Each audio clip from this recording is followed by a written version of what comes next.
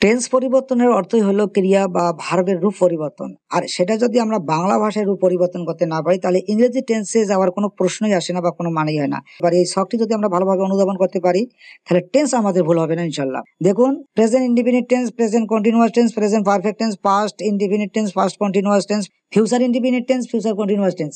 যদি subject I অথবা we হয়, আমি আমরা হয়, সেক্ষেত্রে বাংলা ক্রিয়ার রূপ হবে করি, করছি, করেছি, করলাম, করছিলাম, করব, করতে থাকবো। আর যদি সাবজেক্ট ইউ হয়, তুমি বা তোমরা হও, সেক্ষেত্রে বাংলা ক্রিয়ার রূপ হবে করো, করছো, করেছো, করলে, করছিলে, করবে, করতে থাকবে। আর যদি আই উই ইউ ব্যতীত, আই উই ইউ ব্যতীত, আমি আমরা তুমি তোমরা ব্যতীত পৃথিবীর যতগুলো সাবজেক্ট আছে সেক্ষেত্রে হবে করে, করছে, করেছে, করলো, করছিল, করবে, করতে থাকবে। এগুলো মনে রাখতে পারলে টেন্স আপনার কাছে পানির মতো সহজ মনে হবে, টেন্স কোনো ব্যাপারই মনে হবে না আপনার কাছে, এইগুলো যদি আপনি মনে রাখতে পারেন।